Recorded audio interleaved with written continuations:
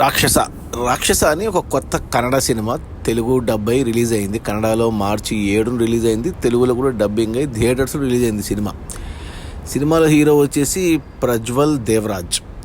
ఈ ప్రజ్వల్ దేవరాజ్ ఎవరు అంటే కన్నడ యాక్టర్ దేవరాజ్ కొడుకు. ఈ దేవరాజ్ అనే అతను మనకు తెలుగులో చాలా సినిమాలు చేశాడు విలన్గా. కొన్ని చెప్పుకోవాలంటే సమరసింహారెడ్డి, ఇంకా ఏవో ఉన్నాయి, చాలా ఉన్నాయి. ఆ బంగారు బుల్లోడు. రీసెంట్గా చెప్పాలి అంటే సలార్లో కూడా కనపడతాడు అతను దేవరాజు. చూస్తే గుర్తుపడతాడు అతని ఫేస్, మొహం అంతా మచ్చలు ఉంటుంది. అతని కొడుకు దేవరాజు కన్నడలో చాలా సినిమాలు చేశాడు ఈ ప్రజ్వల్ దేవరాజు హీరోగా. ఇప్పుడు ఈ సినిమాని రాక్షస అనే సినిమాని మనకు తెలుగు డబ్బింగ్ వచ్చింది. సినిమా చూడడానికి కారణం ట్రైలర్లో కొంచెం ఇంట్రెస్టింగ్ అనిపించింది, ఏదో మిస్టిక్ థ్రిల్లర్ లాగా అనిపించింది. సో అందుకు చూశాను. ఇంతకుముందు నేను ఈ ప్రజ్వల్ దేవరాజ్ సినిమాలు ఏవి చూడలేదు, ఇదే మొదటిసారి చూడడము.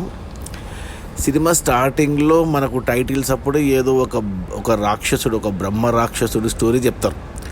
చెప్పి అతన్ని ఒక పెట్టెలో బంధించారు, అతన్ని ఎవరో కాపలాగా ఉన్నారు, అతను బయటికి రాకుండా అనేది మనకు బొమ్మల రూపంలో చెప్పేస్తారు. ఇక అంతే. ఆ తర్వాత ప్రజెంట్ టైం 2024లో బెంగుళూరు, అంటే కర్ణాటక సినిమా కాబట్టి కన్నడలో జరిగినట్టు ఒక అరగంట పాటు అంటే హీరో ఇంట్రడక్షన్ ఫైటు ఇలా పెట్టుకున్నారు. అక్కడ మనకు బ్యాక్గ్రౌండ్ మ్యూజిక్ అజనీష్ లోకనాథ్. ఇక బ్యాక్గ్రౌండ్ మ్యూజిక్ తెలిసిందే కదా. ఇక సినిమా అంతా ఇంకా బ్యాక్గ్రౌండ్ మ్యూజిక్తో హోరెత్తిచ్చాడు. బట్ 2-3 చోట్ల బ్యాక్గ్రౌండ్ మ్యూజిక్ చాలా బాగా అనిపించింది. ఇక మొదటి అరగంట పాటు ఓపిక్గా చూడాలి. ఓపిక్గా చూస్తే కథ అంతా ఒక చోటుకు చేరుతుంది. ఒక పోలీస్ స్టేషన్కి వచ్చి కూర్చుంటాడు హీరో. ఇక మిగతా అంటే సినిమా వచ్చేసి 1:50 ఉంది. గంట ఫస్ట్ హాఫ్, 50 నిమిషాలు సెకండ్ హాఫ్. అంటే మొత్తంగా చూసుకుంటే 4 అరగంటలు వేసుకోవాలి సినిమాని. మొదటి అరగంట పాటు కొంచెం ఓపిక్గా చూడాలి సినిమాని. ఏంటబ్బా ఇలా ఉంది, సినిమా లాగా లేదు, ఏదో టీవీ సీరియల్ లాగా ఉంది అనిపిస్తుంది. అనవసరమైన ఫైట్లు, హీరో కూడా పెద్దగా ఏం లేడు. ఓకే, ఉన్నాడు, కొంచెం బల్కీ బాడీ ఉంది. ఫేస్ ఫీచర్స్ అవన్నీ ఇంకా కన్నడ ఫీచర్స్, ఇంకా కన్నడ వాళ్ళలాగే ఉన్నాడు. బట్ ఓకే, చూస్తేనేమో ఇక మొదటి అరగంట పాటు ఇలా ఉంది ఏంటి అనుకున్నప్పుడు అక్కడి నుంచి అంటే అతను పోలీస్ స్టేషన్కి వస్తాడు.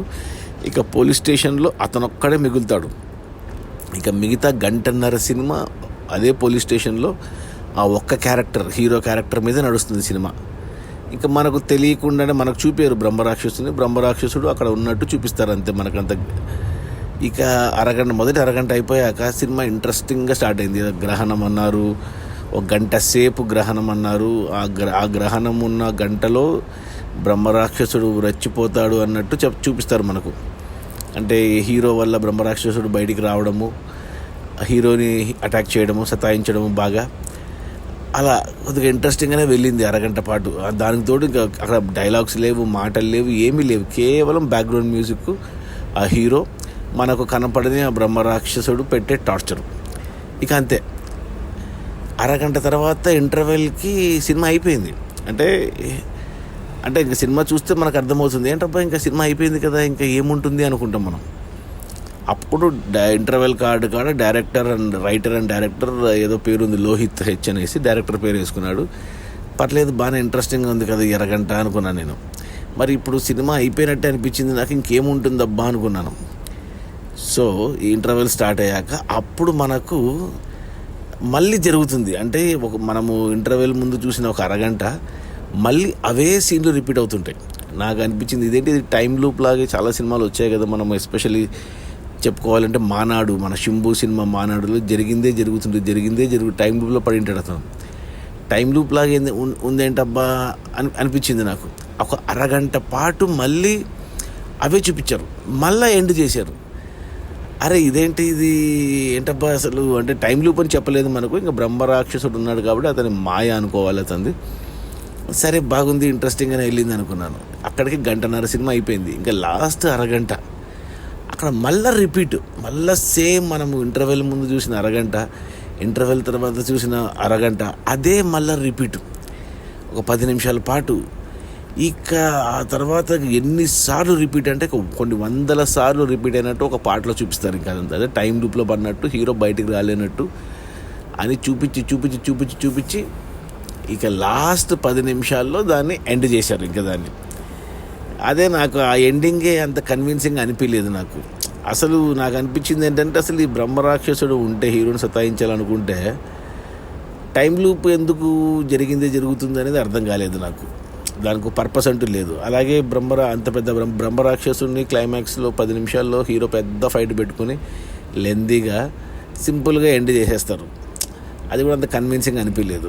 సో ఇంకొంచెం అంటే ఇంకా ఏదో చేయాలనుకున్నారు, ఏదో డిఫరెంట్గా ట్రై చేశారు డిఫరెంట్ కాన్సెప్ట్తో.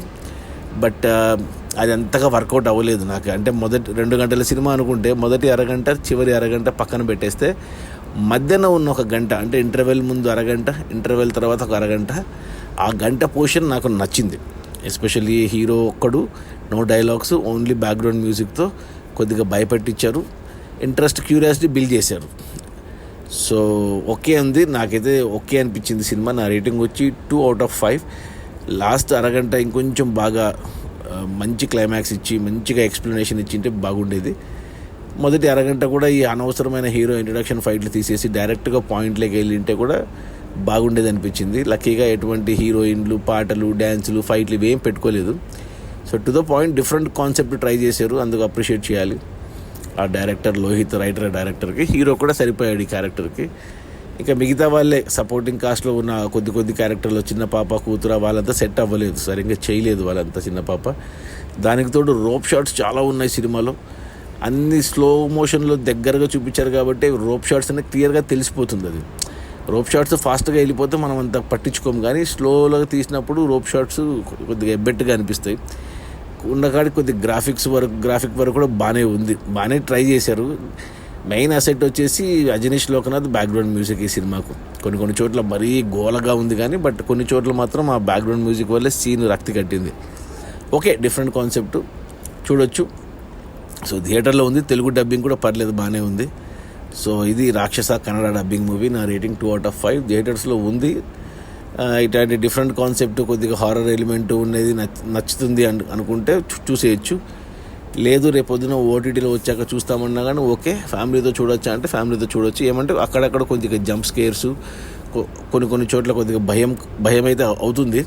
సో భయపడే వాళ్ళు చూడొద్దు, మగవాళ్ళు హ్యాపీగా చూసేయచ్చు. భయపడని వాళ్ళు 1 గంట 50 నిమిషాలు కాబట్టి మంచి టైంపాస్. ఓకే, పర్లేదు. 1 గంట సినిమా బాగాలేకున్నా గంట సినిమా అయితే బాగుంది. సో చూసేయచ్చు ఒకసారి. మంచి అటెంప్ట్ అని చెప్తాను, especially Ajaneesh Loknath background music. అది ఈ Rakshasa Kannada dubbing cinema. Prajwal Devaraj hero, Ajaneesh Loknath music direction. Okay, bye.